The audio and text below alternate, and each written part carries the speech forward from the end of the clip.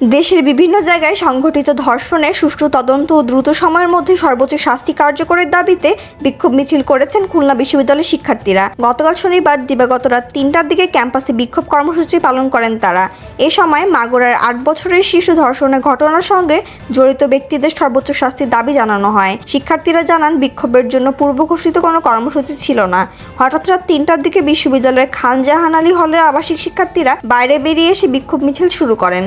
এরপর তাতে যোগ দেন খান বাহাদুর আহসানুল্লাহ হল ও বীরশ্রেষ্ঠ মোহাম্মদ রুহুল আমিন হলের শিক্ষার্থীরা। পরে শিক্ষার্থীরা মিছিল নিয়ে বিশ্ববিদ্যালয়ের বিভিন্ন চত্বর ও হল প্রদক্ষিণ করে হাদি চত্বরে জড়ো হন। এ সময় শিক্ষার্থীরা উই ওয়ান্ট জাস্টিস, আমার সোনার বাংলায় ধর্ষকের ঠাঁই নাই, তুমি কে আমি কে, আসিয়া আসিয়া, ধর্ষকদের কালো হাত ভেঙে দাও গুড়িয়ে দাও প্রভৃতি স্লোগান দেন।